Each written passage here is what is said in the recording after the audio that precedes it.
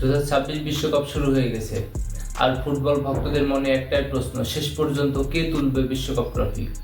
অনেক শক্তিশালী দল থাকতেও আর্জেন্টিনা এখনো অন্যতম বড় ফেভারিট মনে করা হচ্ছে। কিন্তু কেন? প্রথম কারণ হচ্ছে আর্জেন্টিনার দলীয় সমন্বয়। তাদের সবচেয়ে বড় শক্তি হচ্ছে তারা ইউনিট হিসেবে খেলে। খেলোয়াড়রা একে অপরকে খুব ভালোভাবে বোঝে, যা বড় ম্যাচে বিশাল পার্থক্য গড়ে দেয়। দ্বিতীয় কারণ আর্জেন্টিনার রক্ষণভাগ ও গোলরক্ষক। এমিলিয়ানো মার্টিনেজ বহু গুরুত্বপূর্ণ ম্যাচে দলকে বাঁচিয়েছে। পেনাল্টি থেকে যে কোনো কঠিন মুহূর্ত তার উপস্থিতি আর্জেন্টিনাকে বাড়তি সুবিধা দেয়।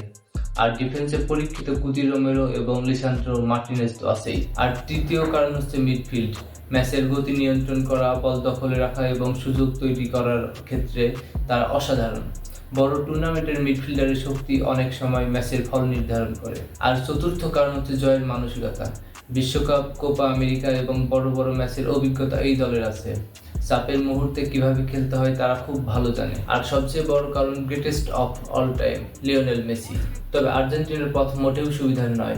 ফ্রান্স, জার্মানি, স্পেন, পর্তুগাল এবং ইংল্যান্ডের মতো শক্তিশালী দলও শিরোপার লড়াই রয়েছে।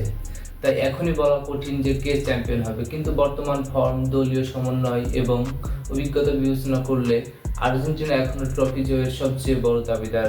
আপনার মতে এবারে বিশ্বকাপ কে জিতবে, আর্জেন্টিনা, ফ্রান্স নাকি অন্য কোনো দল? কমেন্টে জানিয়ে দিন। আর ফুটবলের মজার মজার ভিডিও পেতে চ্যানেলটি সাবস্ক্রাইব করে রাখুন।